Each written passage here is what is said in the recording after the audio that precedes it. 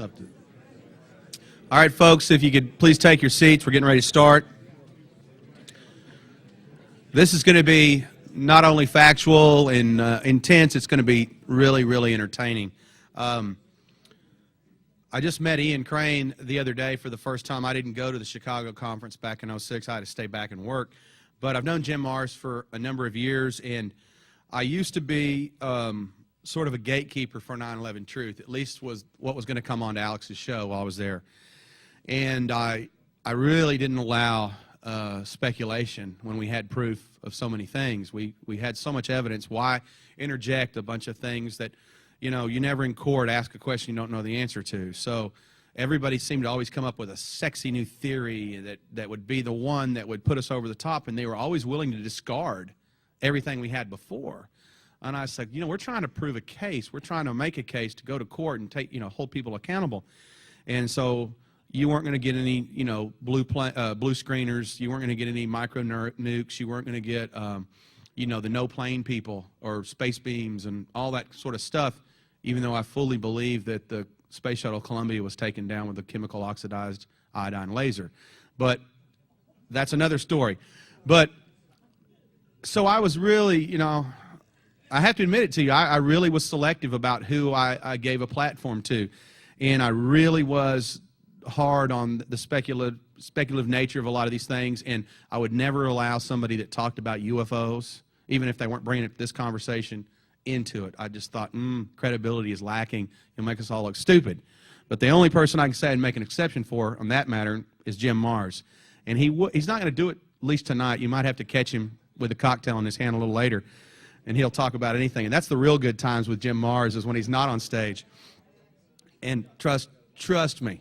But anyway, I'm so proud to have him as a fellow Texan. And, you know, he's born in Fort Worth during World War II. You guys can read his bio. You know, he went to North Texas in Denton. Was that always North Texas? Yeah, it was North Texas University then. Now it's the University of North Texas. All right. Big difference. Well, my mother attended and has her master's in psychology from University of Texas Arlington, where he's taught, and it was called Arlington State College, part of the A&M system early, and they were the rebels. You know, had the stars and bars flying and everything. But I grew up right down the street from UTA, and you know, I just always thought, man, look at these classes he's teaching, JFK assassination, stuff like that. Why don't I ever get anything like that in college? But he used to write for the Fort Worth Star-Telegram, and growing up in Tarrant County, you know, we had the Times-Herald in Dallas that went away, and the Dallas Morning News, and then you had the Fort Worth Star-Telegram. And to me, that was the only real newspaper in the world. You know, I didn't understand about liberal or conservative. I just knew it was always entertaining. It always seemed to be relevant to me. You know, rich people read the Dallas Morning News and things. So Jim Marrs is one of those rare writers. And, you know, he was a military writer. There's a big, big industrial complex of military in Fort Worth and the whole Metroplex up there. And, you know, Molly Ivins was a great Texas humorist. I wouldn't agree with her politics, but I miss her so much, you know, and she wrote for Star-Telegram, and it's just been such a great newspaper. And I've always known about Jim Marrs, and we have another Marrs, no relation. Tex Marrs is another great guy in Texas, and maybe sometime we'll bring him out here for you guys too. But I'll just say this, I trust Jim Marrs' credibility beyond reproach. If he says it, I'm going to listen to it. He generally doesn't present things unless he can document them and make it factual for everyone here. So please get your hands together and welcome my friend and fellow Texan, Jim Marrs.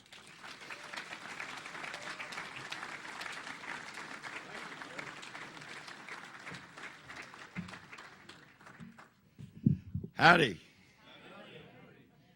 Oh, come on. I know it's California. Howdy. All right, let's get going here. Get fired up. Let me get this little thing working here. This is not only my little pointer, but it's a timer. It'll start buzzing when my time's up, so y'all don't have to worry. I'm not gonna keep you overly.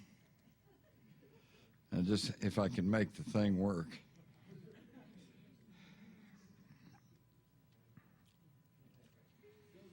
Show's over. Sorry.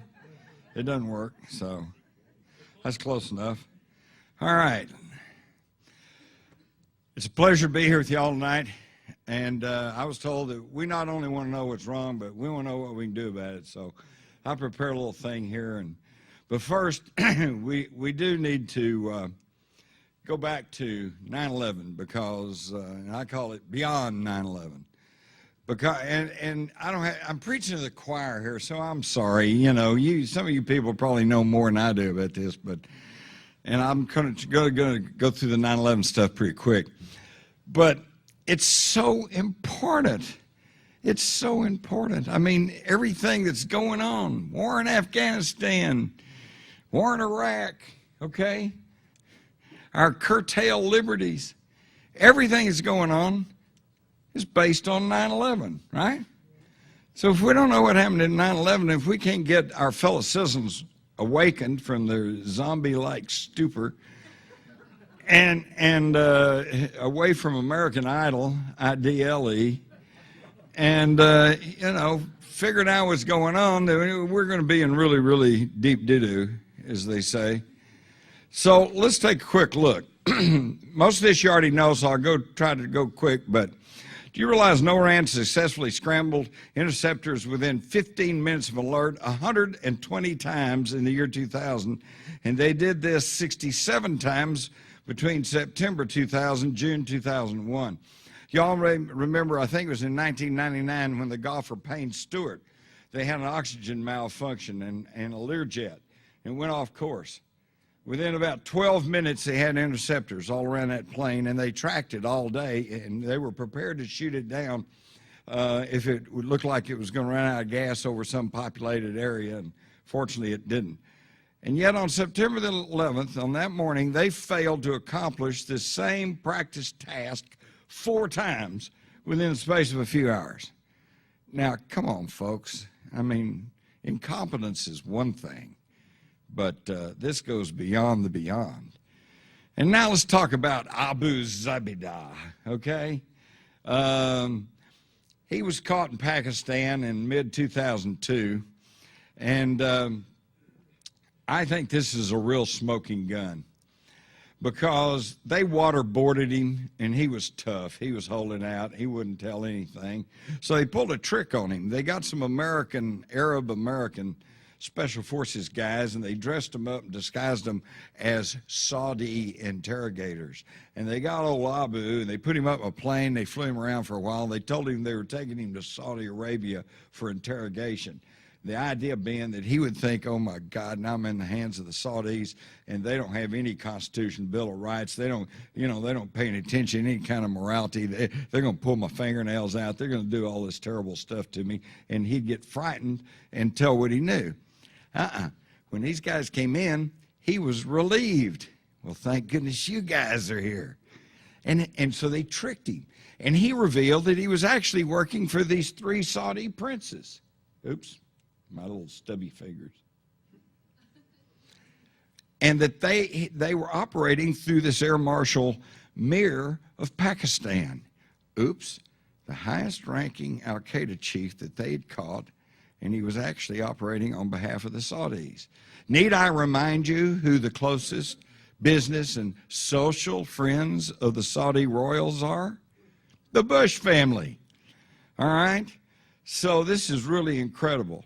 Now, this was revealed by Gerald Posner, no less, in a book, and Posner himself, out of his own mouth, has told me that he has been promised the full cooperation of the CIA, so he has very, very good contacts within the CIA, and he kind of blew this story out into the public, although it never hit the major mainstream media. You probably haven't heard about it, and within 2 months, the 3 princes and Air Marshal Mir were dead. Now, doesn't that tell you that it's probably true? And then I might remind you the Joint Committee of Congress, House and the Senate, on the 9/11 investigation. There were 18 pages having to do with the Saudi connection that are still classified. Oops, now wait a minute. So now we got the Saudis who are connected to the Bushes, who seem to be the ones who's running Al-Qaeda. If you read my book, The Rise of the Fourth Reich, you'll understand where Al-Qaeda came from anyway. It came from the old Mujahideen that we supported against the Soviets in Afghanistan. And before that, it was known as the Muslim Brotherhood, and it was a Nazi organization. Any of you older guys might recall that in World War II over in North Africa, we had about as much trouble with the Arabs as we did with the Nazis, because the Nazis and the Arabs were pretty much allies. Stuff you don't know, stuff that can hurt you. Now we turn to 9/11 and we find, look, this is one of the clearest pictures of Ground Zero before they begin the recovery and reconstruction activities. Where's all the concrete? Where's all the concrete? The government themselves said that these 210-story buildings should have produced 4.5 million tons of debris that would have stacked up to about 10 stories high. Instead, the government itself reports they hauled away 1.5 million tons of debris, and it was only about 2 stories high. What happened to the other 3 million tons of debris? What happened to the concrete? Okay, all right, what happened to it? And then, of course, we see that although the buildings were demolished in the foreground, I think it's building 6 in the background, one end of it, they're okay. But then there in the background, we see building 7, the infamous building 7. And of course, building 7 just dropped, okay? Just fell down. Excuse me. Now, of course, we also know that Larry Silverstein said, well, I remember getting a call from the fire department commander and telling me they're not sure they're going to be able to contain the fire. And I said, well, we've had such a terrible loss of life. Maybe the smartest thing to do is pull it. And they made the decision to pull, and we watched the building collapse. Well, you know, anybody knows industry jargon knows that means let's demolish the building. And later, though, Silverstein over and over said, no, I had no intention of demolishing the building.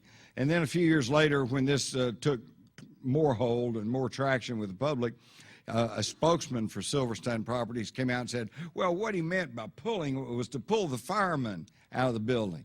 Well, that's absolutely insane, because the firemen were pulled out of the building at 10 o'clock that morning. It didn't fall down until 5:25 that afternoon. And now we've got Jeffrey Shapiro of Fox News, who wrote a piece blasting 9/11 truthers. He said the 9/11 truth movement is nothing but a paranoid, delusional pack of lies.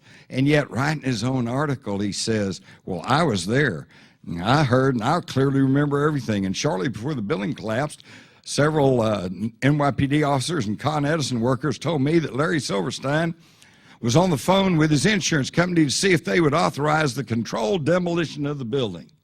Hello, Larry the liar. So he was talking about demolishing the building. And of course, Shapiro's getting this second, third hand from NYPD and Con Ed. I don't think he was asking if they would authorize it. I'm thinking he's saying, hey, you guys going to pay off if we blow the building down? That's what he was checking on. So his statements that he never considered demolishing the building is obviously untrue.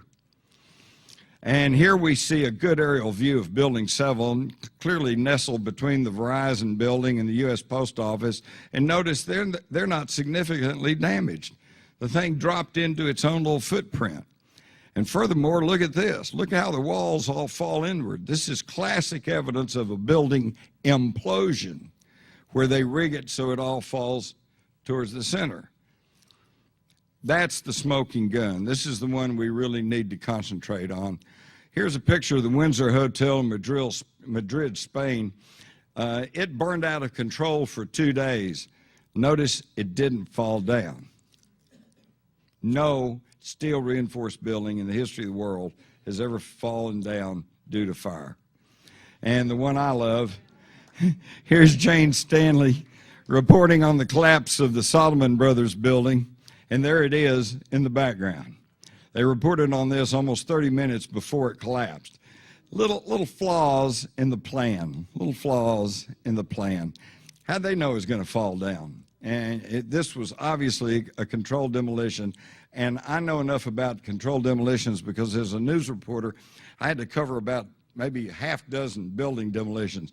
And being a print reporter, I had to write a story. I didn't have the luxury of just TV or a photographer just taking a picture of it and saying, wow, look at the building fall down. I had to go and interview all of the explosivist experts. And they over and over convinced me that you don't just blow a building down. You have to have certain types of explosives, certain strengths of explosives. You have to place them at just the most strategic points. You have to trigger them in just the proper order. And to do this takes weeks, sometimes months of preparation. So the idea that they primed that building and blew it down within the space of 5 or 6 hours is just, incomprehensible. It didn't happen. So that means that building was pre-wired for demolition. And if Building 7 was pre-wired for demolition, then why is it such a stretch to believe that the World Trade Centers might have been done the same way? Now, let's look at Building 6 real quick. At first, it's got this gigantic hole in the top of it, and under that, which I don't have a clear picture of, was a 50-foot deep crater. What caused that? And you might remember that they were talking on national news about the smoke rising up from the base of the World Trade Centers before they collapsed. Was this Building 6? See the little red box over here? Notice the corner of Building 6, because here is a really telling photograph. Here we have the collapse of the South Tower. It's going down and behind it is the North Tower, which is still standing and blocking the damage from the South Tower. And here's Building 6, and it's already blackened and the windows blasted out.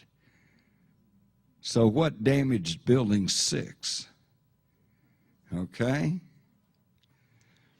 And of course, you know about the beams flying out and the telltale signs of explosions on the World Trade Center. You know about the molten steel. There was recovered, 6 weeks later.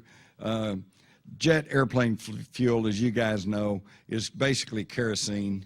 Few chemicals added, and there's no way it can attain the heat necessary to keep steel molted for days, much less weeks.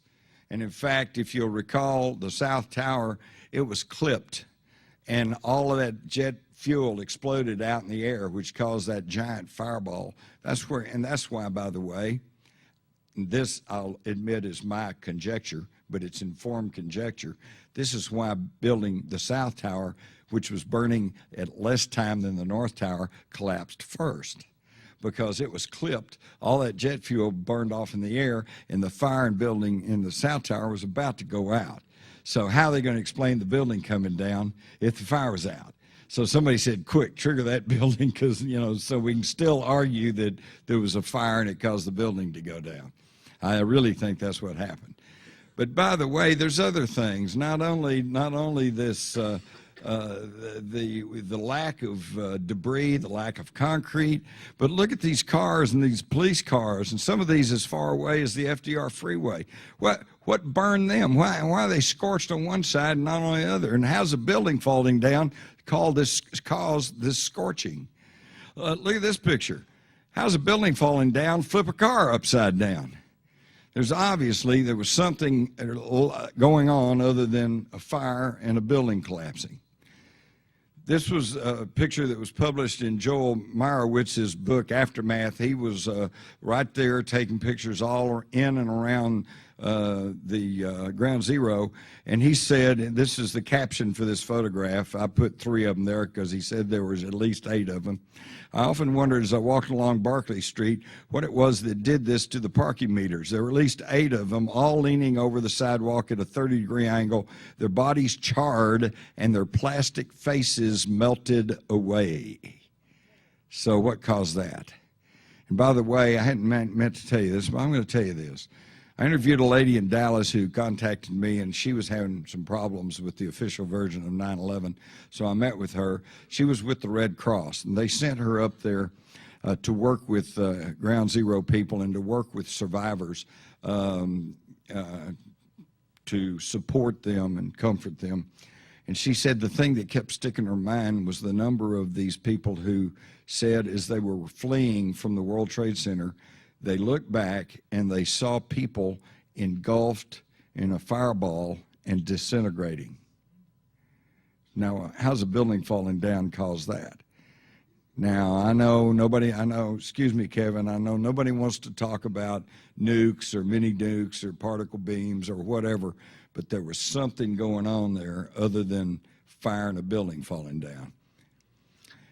Also, I would simply ask you this. This is from Frames from a Field. These are the steel columns, and you notice they don't fall over. They just disintegrate and blow away. Now, what causes that? Notice the similarity between the pyroclasmic cloud on the South Tower and the pyroclasmic cloud of a small nuclear explosion in the desert. Does that look similar? And of course, you all know about Willie Rodriguez and others who talked about huge explosions in the basements of those buildings. Now, I would simply say this.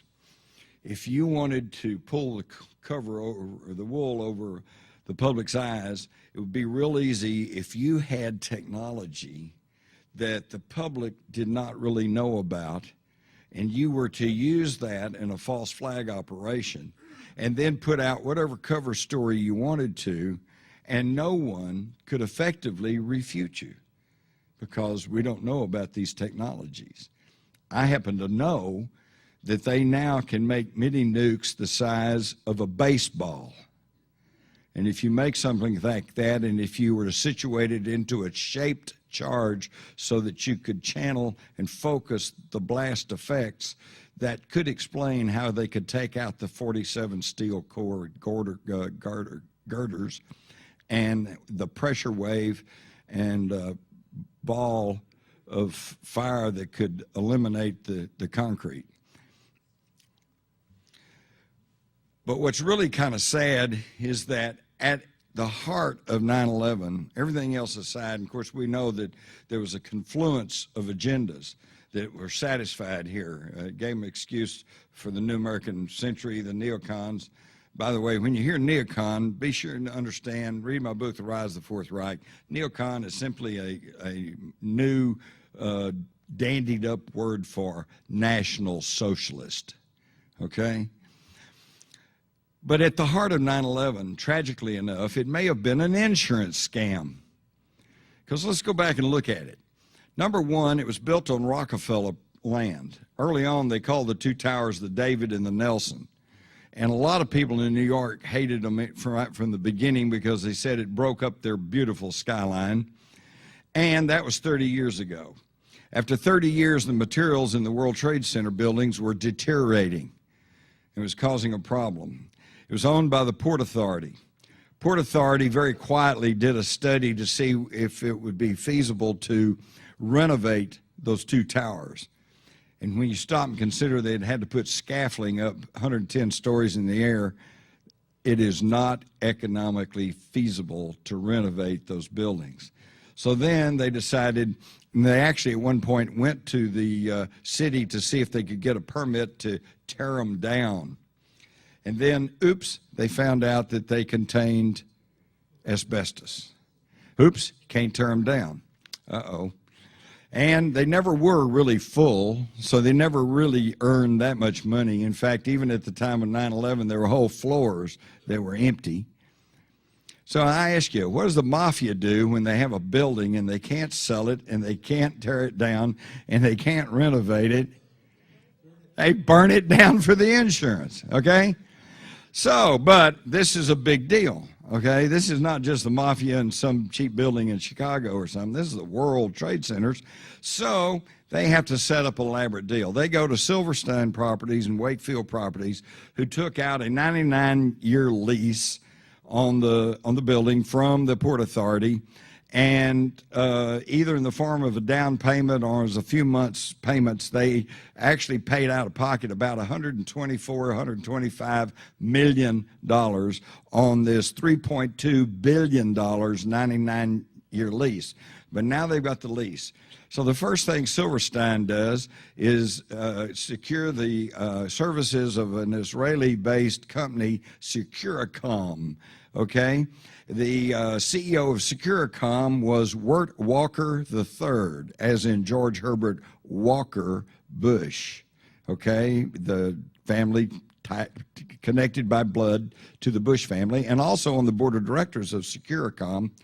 was Marvin Bush, the younger brother of George W. So now the Bush family have control of the security of the World Trade Center. Next thing Larry Silverstein does is go and get an insurance policy on the World Trade Centers with the expressed position that they will pay out on the event of a terrorist attack. Now, I've gotten some conflicting advice on trying to insure your place against terrorism, but you go see how it's luck you have trying to insure your business or your home against a terrorist attack. All right? Particularly on the North Tower, which had already suffered a bomb damage from a terrorist in 1993. But they got it. And by the way, they didn't get this insurance through State Farm or Liberty Mutual. No. This was Swiss Re, another Swiss company, and the giant, formerly Nazi insurance company, Allianz, which is the largest insurance operation in the world. The Alliance, of course, was the one during World War II that insured the Nazis against the inmates of the concentration camp in case they damaged the property trying to escape or something, you know. So now they got control, and now they've got the insurance, and on the morning of September the 11th, the planes hit, the buildings went down, and Silverstein then goes to court and says, well, there were 2 planes and 2 buildings. That's double indemnity. I want $14 billion. And they were going, oh, wait a minute. So they argued in court for about a year. And so they finally settled for $4.6 billion. Now, for you math whizzes and you investment type people, how would you like to invest $125 million and about a year later recoup $4.6 billion? Not a bad investment, okay? Not a bad deal, and everybody made money. The insurance pays off, and I'm sure the insurance was insured. And now you see at the level of Alliance and Swiss Re, we're talking at the level of the Bilderbergers. This is why you haven't found out the truth, and you will probably never find out the truth about 9/11. Oh, and by the way, Larry Silverstein doesn't get to keep all the money, okay? He had to share it with the mortgage holder. The largest mortgage holder of the World Trade Center was Blackstone Group, who's is headed by, I'm sure by some sheer coincidence, Peter G. Peterson, chairman of the Council on Foreign Relations. Okay? So now you understand at what level 9/11 happened and why we will probably never know the full truth of it. Now, quickly, let's look at the Pentagon, okay? Something obviously happened at the Pentagon. But this is interesting. Notice how the walls at the Pentagon are blown outward. They're not pushed inward. And, of course, I'm sure you all have studied. You know about April Gallup, who I interviewed, and she and her small boy crawled through the hole in the Pentagon, and you know about the hole. But how many of you all have actually seen the hole? Here's one of the only pictures I know taken of the hole in the west side of the Pentagon prior to the collapse of the wall. And you'll notice that it's only 1 story high, so it's only about 10, 12 foot high, and it's only about 18 to 20 foot wide. And you notice the glass is still in this window right here. You got some fires going here. These windows seem to be okay. All right, and this car, come back. This car is burning on one side, but the paint in the little white car is still white on this side. Now, I defy anybody to give me a rational explanation of how a Boeing 757 with a 125-foot wingspan and a 40-foot high tail, which is 4 stories high, gets in that little bitty hole.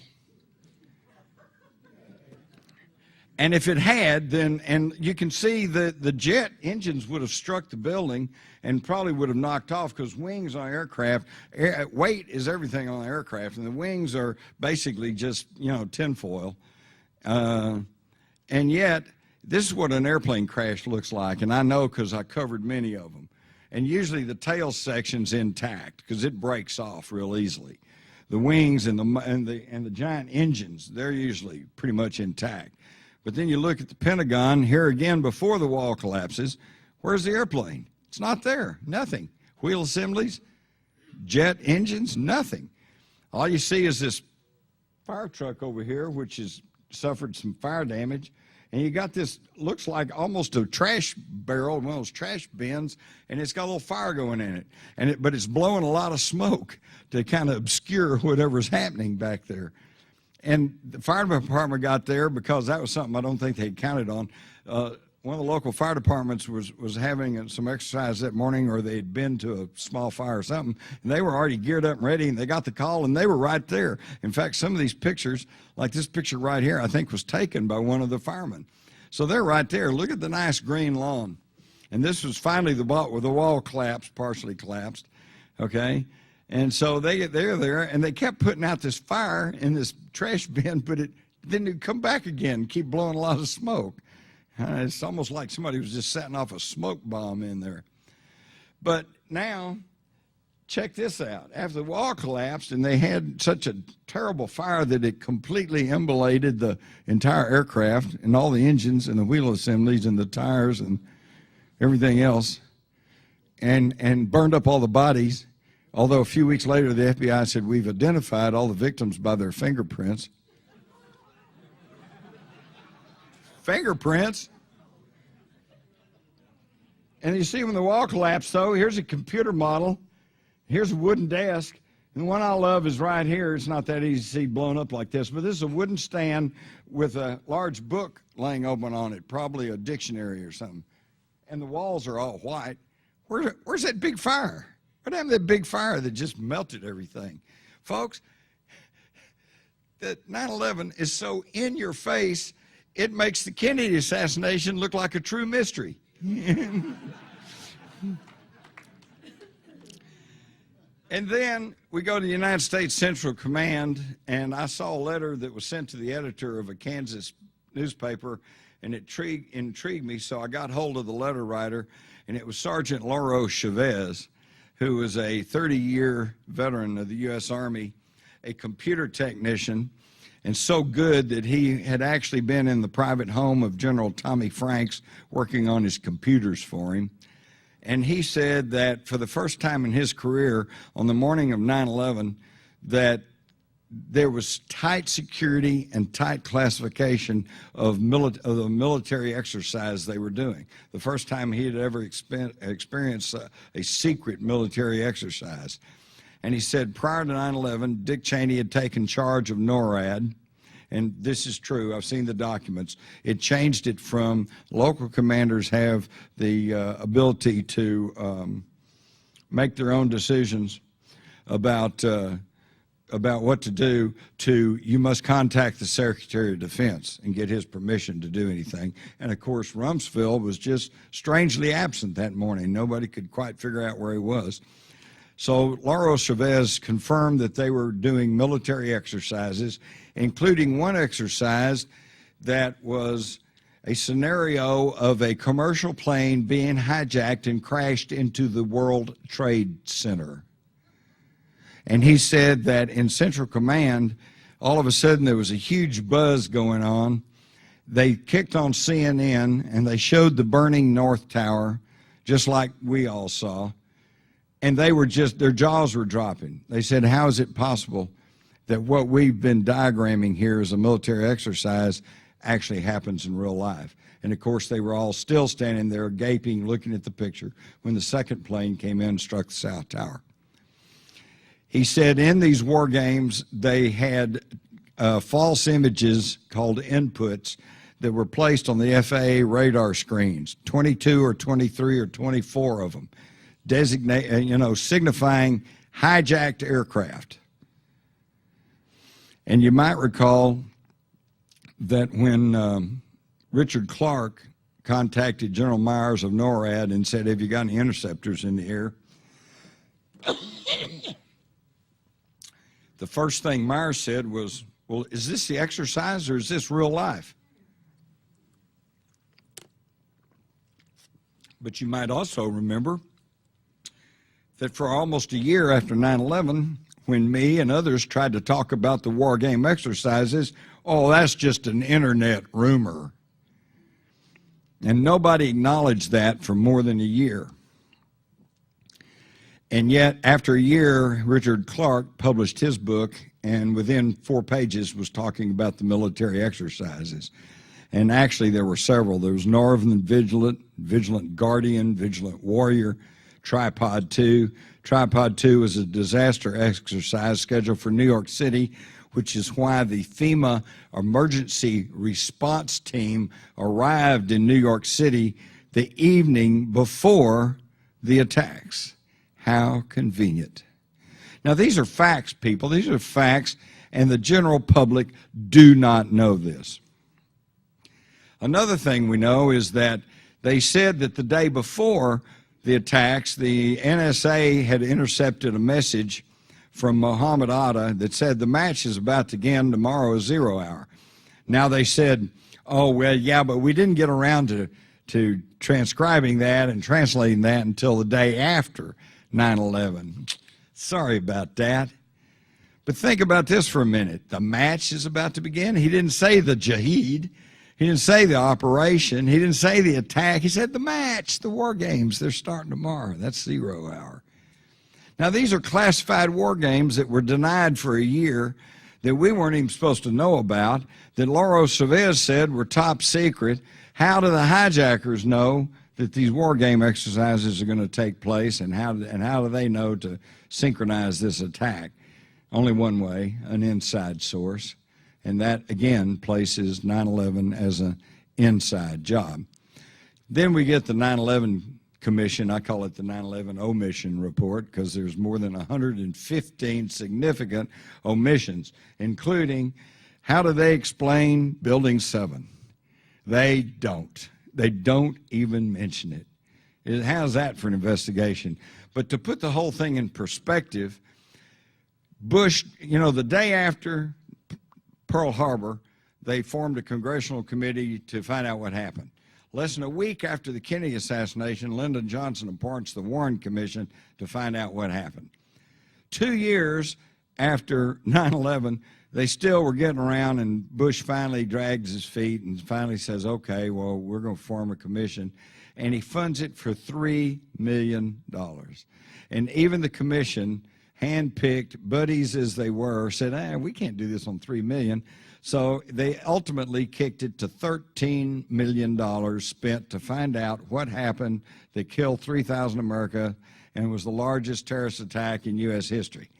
Now, to put it in perspective, in 2004, the Republican National Committee announced that they had spent $60 million on inauguration festivities for George W. Bush.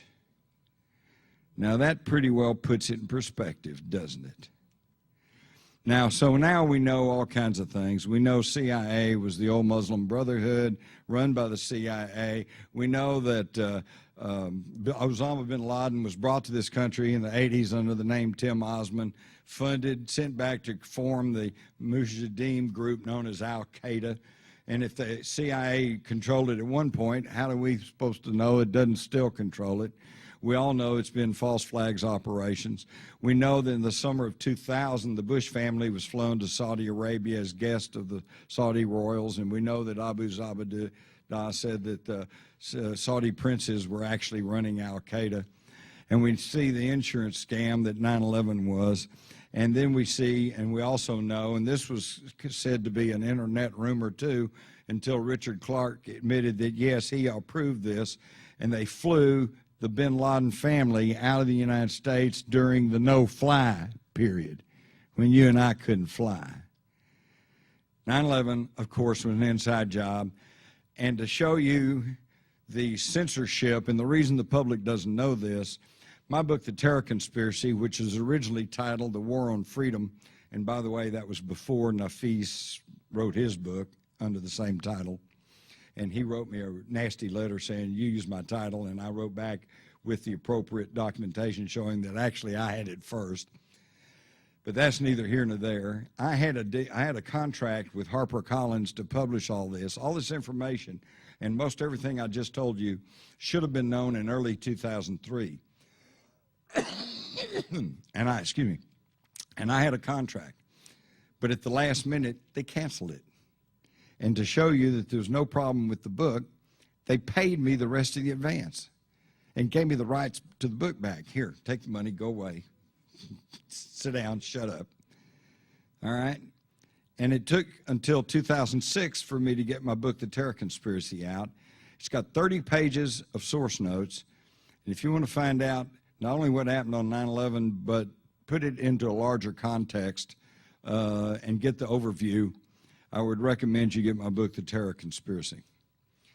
So now, today, here we are, and we're saying that anybody that tries to dredge up 9/11 is just some fantasist, some conspiracy theorist, and probably unpatriotic. And yet now there's a book out called The Ground Truth by John Farmer, who was the senior counsel to the official 9/11 Commission. And he says that the 9/11 Commission staff discovered that the official version of what has occurred was almost entirely and inexplicably untrue. Well, excuse me, what's so fantastic and what's so unpatriotic about trying to find out what happened to 3,000 Americans since their own senior counsel says that the story we've been given is untrue? And the two commissioners, co-commissioners, Thomas Keene and Lee Hamilton, at various forums and one time or another, both of them have questioned the conclusions of their own commission. So the next time somebody tells you, why should we be bothered about, they did the 9/11 Commission, and tell them, yeah, and their own senior counsel says it's untrue. So, I want to know what's true. And then the next thing I've always heard is, well, where's the truth? Where's the proof? How can you prove any of this? Well, here's the proof, the Open Chemical Physics Journal, new 2009. And I'm sure that David Ray Griffin told you all about it. And here's their conclusions. Based on our observations, we conclude that the red layer of the red-gray chips we discovered in the World Trade Center dust is active, unreactive, thermetic material, incorporated nanotechnology, and is highly energetic, pyrotechnic, or explosive material. In other words, military-controlled explosives residue has been found in separate samples of the World Trade Center debris. Now, as an old newspaper man who's also served as an editor from time to time, if I'm sitting at a news desk and I get a story out of Europe that says a scientific paper, peer-reviewed, says that military-controlled explosive material has been found in the debris of the World Trade Center, I think I would go, whoa, that's a news story. But where have y'all read that in the mainstream media? There's a news blackout. And just to tell you something, don't go spreading this because I don't want it getting back until the book's out, and then I'm going to raise hell. But the end of next month, I've got a new book coming out called The $1 Trillion Conspiracy, and I had a section in there not talking about 9/11 specifically, but simply talking about how the corporate mainstream media censors the news. And one of the items I had in there was how that they have not covered this scientific paper.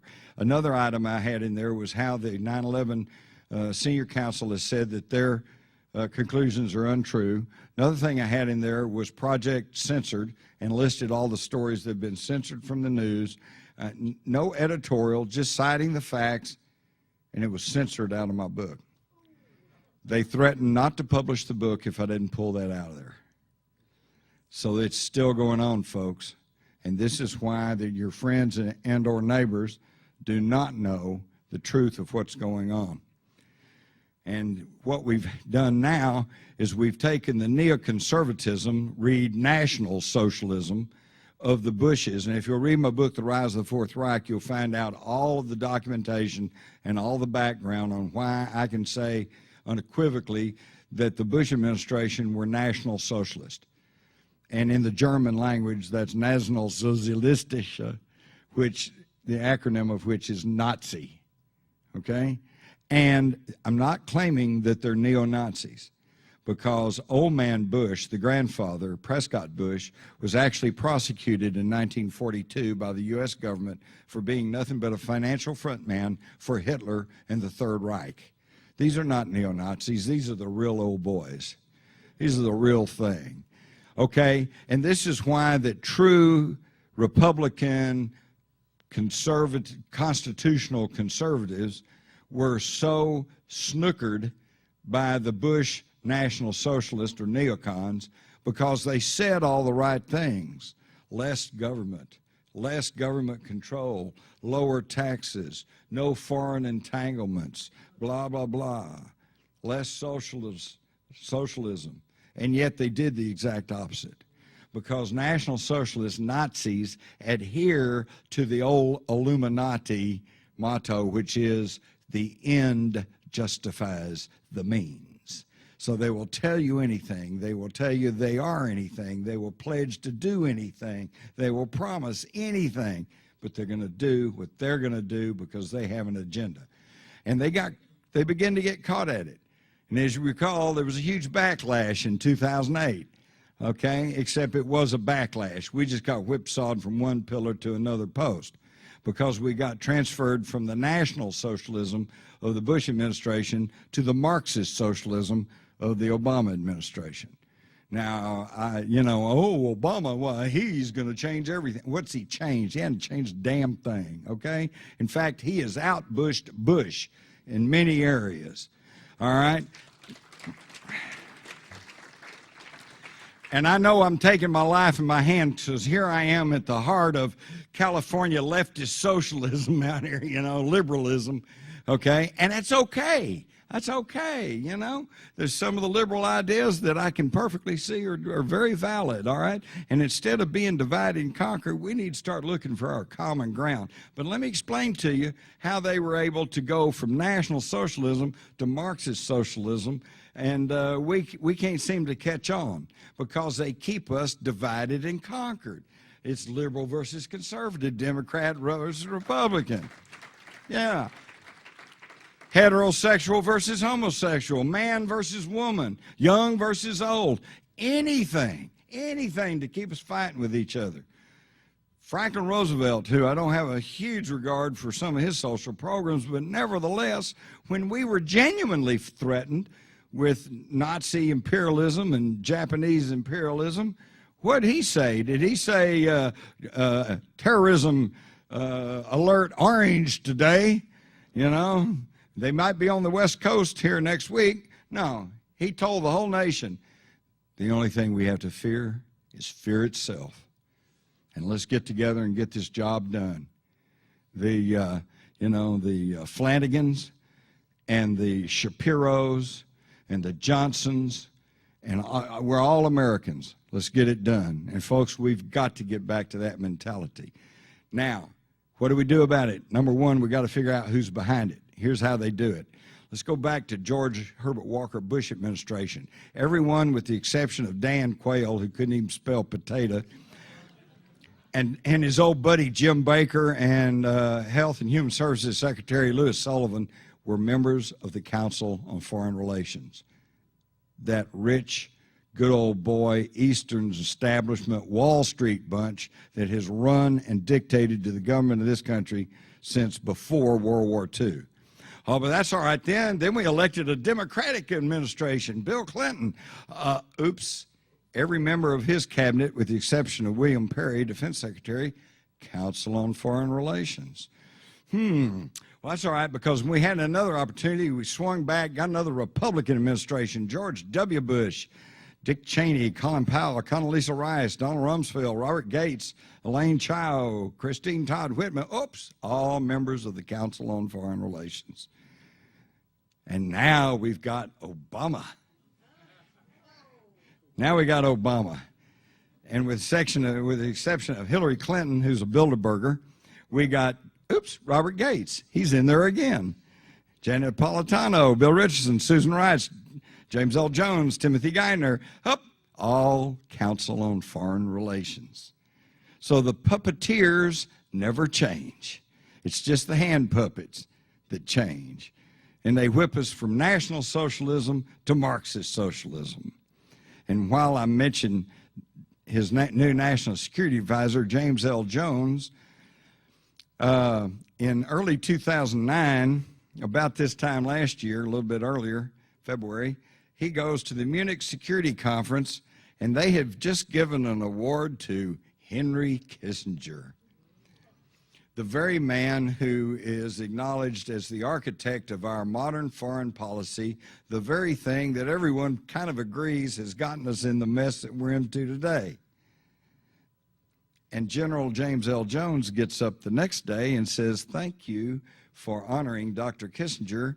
He says, "As the new national security advisor of the Obama administration, I take my daily orders from Dr. Kissinger, passed down through Brent Snowcroft. There is a command structure in the National Security Council that remains in place."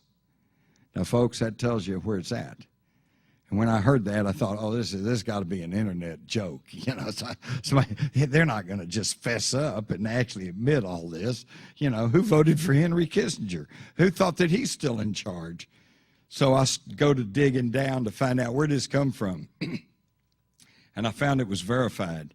And I found that his exact words were transcribed and written down and published on a website. And guess which website it was? Council on Foreign Relations. Folks, these are the people you need to be looking at, okay?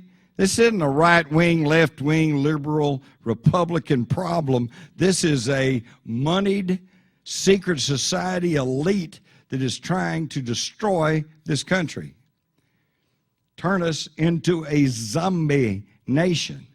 And they're doing a pretty good job.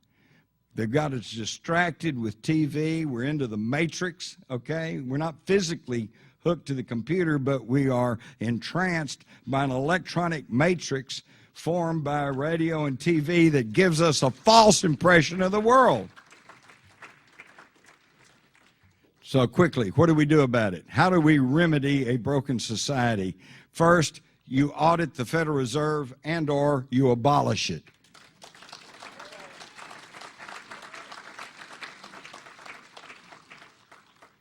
Secondly, I took a picture of my original Social Security card. I censored out the number. I didn't want all you guys writing checks on my name. Note, this was given to me. My little signature is so funny. That's the way I wrote it when I was about 15 years old. Notice it says, "Not for identification." When did that become your computer number, and when did you get to vote for it? All right? The other thing is that Congress is on the federal employees' retirement system, and they've made themselves a nice cushy little deal there, okay? They get to retire at their top salary for the rest of their life, except for increases as the cost of living goes up. Now, if you people, some of you people about my age or older, and you're probably getting concerned about Social Security and Medicaid, you know how to straighten that up? Make Congress on it. Put them on it. Make them you're subject to Medicare and to Social Security, and see how fast they clean it up. One law that says everybody, member of Congress, has to be under the same laws and regulations as everyone else in the country. That'd take care of that. And it all started with the National Security Act of 1947. General Jones, Kissinger still running the show. They slipped this one through on us. We know it created the Air Force, or separated from the Army. We know they renamed the War Department the Defense Department. We know they created the CIA. But what generally gets forgotten about is it created the National Security Council. Well, can anyone name me who the National Security Council is? I didn't think so. And yet, if you think about it, whether it was the invasion of Grenada, the invasion of Panama, the first Gulf War, Vietnam, the Iraq, Afghanistan, this was all approved, okay, and run by the National Security Council. Well, who is the National Security Council? People, it's 4 people. It's the President, the Vice President, Secretaries of State and Defense. Oops, wait a minute. The President selects the Vice President and the Secretaries of Defense and State, which means the National Security Act of 1947 is where we handed over all power to the executive branch. This has got to be changed. Along with that, we need to rescind all executive orders that permit a sitting president to classify the libraries and documents of his predecessors. Bush W. did this to hide the transgressions of his father's administration. Now, Obama comes in, change you can believe in, and he does the same thing to hide the Bush administration. Now, doesn't that tell you they're all in cahoots? Here's one for you. There ought to be a law that says no U.S. intelligence agent, whether civilian or military, should be allowed to run or serve as president, since such work exposes them to a world of lies, deceit, misdirection, and leaves them open to blackmail from former associates and superiors. No spooks in office. Pretty simple thing. Pretty simple thing. Lobbyist. Corporations should be limited to only one lobbyist per member of Congress, which sounds ridiculous, but you know there's many 15, 20 lobbyists that gang up on a congressman, and they're all slipping him money, and they're all taking him places. No wonder we get the short end of the deal. And by the way, I like this one. When a lobbyist goes to visit a congressman, a public advocate should go with him. With a video camera, that's right. And all fact-finding junkets for Congress should be closely monitored and come only from public expense funds. No lobbyist needed. We got the best judicial system money can buy. We need to set a term limit for Supreme Court justices of 12 years, and federal judges should be elected by the public and subject to only 2 terms of 5 years each. And I don't care what the arguments are, we see what happens when they're in there for life. And we see how you can pack a court with one particular political viewpoint. It needs to be changed. And then, of course, we should curtail corruption in professional politicians by limiting senators to 3 terms, representatives to no more than 6. Personally, I say they should get 2 terms, 1 in Congress and 1 in jail. Of course, I think it was Mark Twain that said members of Congress are like diapers. They need to be changed often and for the same reason. But the problem is everything I just mentioned requires a vote of Congress to be enacted into law. So what do you think? The chances of that are kind of little to none, right? But we've got an opportunity this year, folks. And I don't care where your political views lie. I don't care what your philosophies are. Here's a small window of opportunity. November comes the congressional off-year elections. Vote them all out. Every single one of them. Send them an unmistakable message that we're mad as hell and we're not going to take this anymore. And yeah, you're going to lose some good people. But you know what? That has even been brought up to Ron Paul, who I have the highest regard for. He's the only guy that tried to tell us the truth, right? Dennis Kucinich, but he may be right. Hey, I'll admit, Ron Paul, Dennis Kucinich, Bernie Sanders, maybe, there's a handful, and I mean a handful in Congress that may be okay, but that's all right. Vote them out too. Because as Ron Paul says, I wouldn't mind sitting out a term if that means it's cleaning up Congress. And what you do, now here, this is going to sound like a revolutionary thought. You vote them all out, and you get a whole new crop.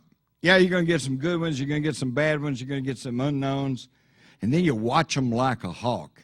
Never mind what they say, because you know you can tell a politician's lying to you if his mouth's moving, right? So don't listen to what they say, watch what they do, and then if they do what you like and you think they're doing in the best interest of the public, then vote them back in again, okay? And if they're not, then vote them out and put somebody else back in there. Boy, that sounds real revolutionary, doesn't it? But it's not. That's the way it's supposed to work. Nobody intended for professional politicians to be in there for the rest of their life and then retire on that federal golden parachute. Make them work for a living. Vote them all out. Vote them all out and send them a message that You work for us, okay? That's another thing. We need to go back to paper ballots and poll watchers. And I dare say that anybody in this audience, if you're under about 40 or 50 years old, you probably don't even know what a poll watcher is.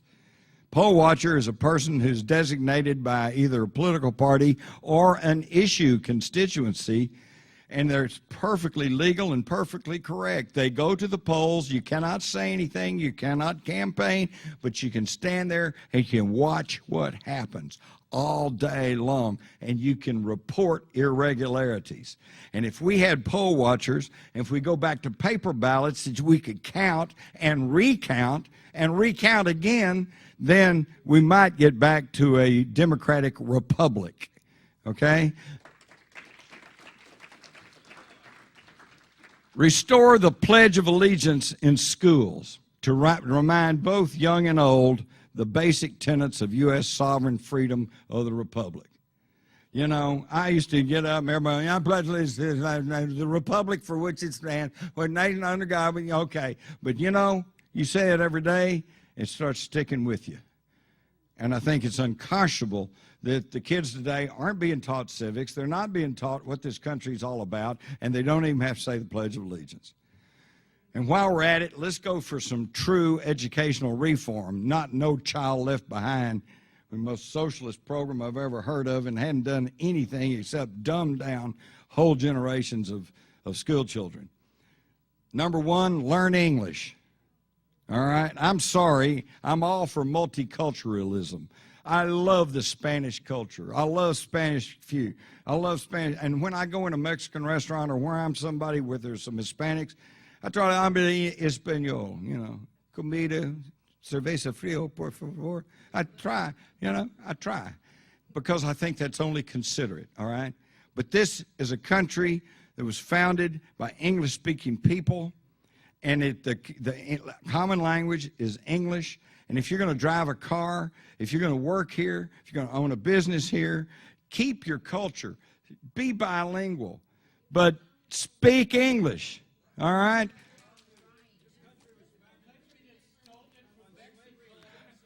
Excuse me, this was country, all right, now we're going to start arguing. That gave us all torn up here. This country was not stolen from Mexico. If they have a problem with how we got it, tell them to talk to Generalissimo Antonio Lopez de Santa Anna. He signed it over, okay? So they got a problem with Santa Anna, not with us. In fact, in Texas, remember the Alamo. And all right, let's remember the Alamo. Once again, and a whole contingent of Mexican citizens were with the Texans. And this is about freedom, folks. This is not about race. Okay. No. God Almighty. Are you people? All right. Can we agree to disagree, huh? What is Arizona doing except enforcing existing law? If you don't like the law, change the law, okay? And that brings us, no secret societies need apply. No one who's a member of any of the secret societies should be able to hold public office. That's another one. And we need to do away with the Patriot Act, okay? And no more cover-up commissions, okay? If something happens like 9/11, then they should create a national committee made up of people from the various states, of various philosophies, from various political parties and persuasions, to organize and to do a truthful investigation. This thing about appointing your little political buddies to, and bringing in the foxes to see who got the chickens is just insane.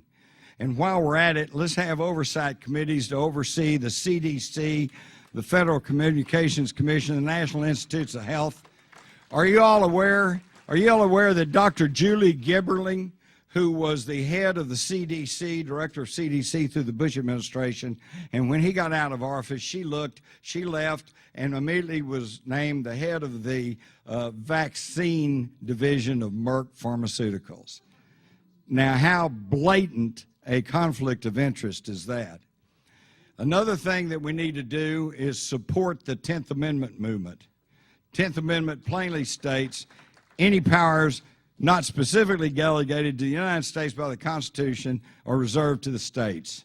Period. End of story. Or the people. Hey, that's us. Okay? Uphold the Posse Comitatus Act. Get rid of Northcom and the FEMA camps and all of the mechanism that is now being set in place to install martial law. Look at the difference. We used to have police officers in blue who were there to serve and protect, and today they're in black with Nazi-style helmets, you know, saying, get off the street, you don't have a permit to be walking down the street, okay? You all may or may not be aware of the billions of dollars that are confiscated each year by law enforcement on suspects. On suspects. Picture this. A friend of yours borrows your car. He gets stopped. They find a marijuana cigarette in the car. They take your car because it's involved with a drug raid. But if your friend goes and rents a Hertz rent-a-car and they stop him and they find a joint in there, they don't take the car from Hertz. Is that fair? No. Come on, let's start getting down to some common sense. Decriminalize marijuana, of course. Keep going, keep working at it. I'm afraid attrition will finally, you know, the old people will die and the younger people will say, yeah, okay, we need to do that. And a few more years, it'll just be self-evident. But look what we do if we decriminalize marijuana. We reduce prison populations. We end all the corruption and violence. We raise a lot of money through simple taxation, ease medical problems, and reduce the demand for hard drugs. The argument I hear now is, oh, if you legalize it, everybody will be smoking dope and it'll lead to harder drugs. That is the same argument that they used against the repeal of prohibition. Everybody's going to become an alcoholic, and alcohol will become a huge problem. And folks, it didn't happen. And marijuana is not going to happen either. If people could go get a joint and they'd be happy and stay home, watch TV, and you won't have any problem.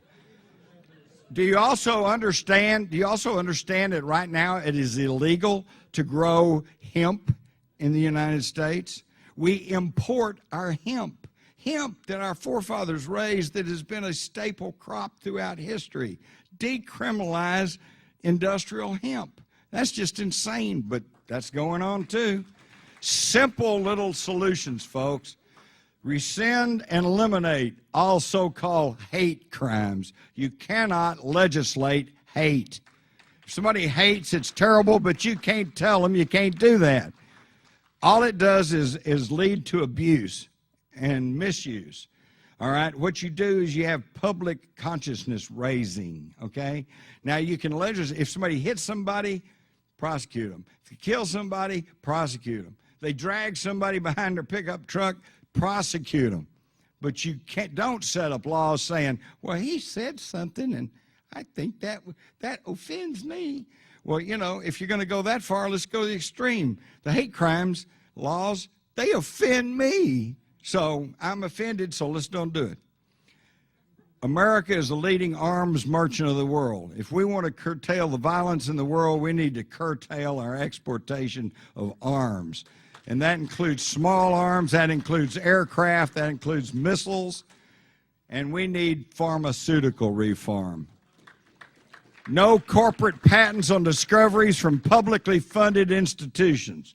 No ban, go back to the ban on direct-to-consumer ads on radio, TV, and media.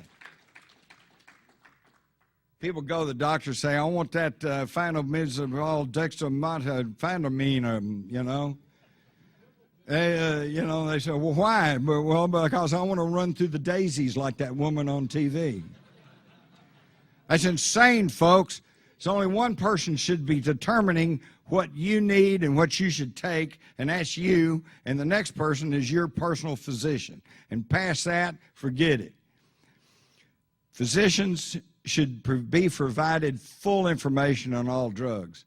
instead of being, taking on junkets and wheedled and slipped money and given gifts and said, hey, you really need to put people on this Prozac. It's really great stuff, makes them feel good. By the way, speaking of Prozac, are you all aware that Prozac is 94% fluoride? Now, just think about that a minute. I'm running out of time. I'll make this quick. Think about this a minute. If you want to take Prozac and get zoned out and just go through the day going, everything's okay today, you got to go to your doctor and you got to get a prescription. But yet, if you live in one of the cities that's in 2/3 of this country, you got non-medical people dumping fluoride in your water supply. Gee, wonder why we're so dumbed down. Wonder why we're so complacent. Got to do something about that, too. Fight Codex Alimentarius, of course. Demand the FDA study homeopathic treatments rather than just banning them, because they are, again, back to Julie DeBringing, whatever her name was. Yeah. Who's head of CDC and says, no, you can't have that, and then goes to work for Merck. Why don't they test some of this stuff and find out what really works? Some of it really does work. And, of course, it all comes back to the eugenics program. The people in control are really not even making any secret that they think the real problem is us. It's overpopulation. They would like to see the world's population cut by 2/3. Well, wait a minute. How are you going to do that? Well, vaccines, testing, GMO foods, fluoridation, chemtrails, okay? You all do know about the 100+ dead microbiologists, right? The very people who could tell us that all this vaccine hubbub is a phony and a hoax, and might be able to tell us what we could take to avoid it. No, they're dead. They're wiped out. That's in my new book. In fact, at first they said, well, how do we know this? So I listed them, every one of them, and the cause of death. It ran to 22 pages. And then they said, oh, well, that's too much space. Got to cut that out. Okay, so I cut it out. But I left the website in there, so go find for yourself. They're knocking people off who can tell us how to solve the problems, all right? And, of course, the Obama health care plan, I'm not even going to get into this. Everything you've heard is true, and even worse. You're going to have death panels. You got bureaucrats that are going to decide, well, she's over 60, and it's not real sure that we can cure this situation, so we're just not going to treat her. You're also going to find that his civilian corps that he talked about, civilian security force, you might recall that. He talked about he wanted to raise a civilian security force that to the same level of training and armed and funding as the U.S. military. Sounds suspiciously like the SS to me, okay? And everybody said, oh, wait a minute, you can't do that. Folks, it's in the healthcare thing, along with an officer corps, okay? It's in subpart 12. Read it for yourself. But the key thing is that under the healthcare plan, you're going to buy it whether you want it or not, because it's a national plan, and if you don't buy it, then the money will be deducted from your savings or from your IRS refunds or from your bank account. And since we know they've already taken over General Motors, I see no different than they're saying you're going to buy a Chevrolet. And you say, but I don't want a Chevrolet. I want to ride a bicycle. Well, you're going to pay for it anyway, because the IRS will take the price of the Chevrolet out of your savings, out of your bank account, out of your IRS refund. Folks, anything that is not voluntary is tyranny. Start thinking about it. Now you're going to holler and scream about this one. The birth certificate. Who cares? It's not about his birth certificate. It's not even about Obama. It's not about race. It's not about religion. It's a very simple question. Are we a nation of law, or are we a lawless nation? If we're a nation of law, then he should adhere to the Constitution, which he is sworn to protect, and he should produce his long-form birth certificate. All right? Period. End of story. And if he were a lawless nation, then, which apparently we're becoming, because whoever gets in power, whoever can says, I'm in charge here, here's the rules, that's what happens. Of course, it's not fascism if we do it. And you notice I was equal opportunity here. Here's the new book. Here's what's wrong. Here's what you can do about it. It's all in here. It'll be on the bookshelves on June the 29th. Don't say anything when you leave here. I don't want them canceling it at the last minute as they've done a couple of mine. And lastly, to lead into Ian, I want to tell you that we are in a struggle for hearts and minds. And whether you care to participate or not, you're involved. And this is the age-old struggle between light and darkness. And historically, the theologians have all pretty much admitted that signifies light equates to knowledge, truth. Darkness equates to ignorance. So pick your side. Thank you.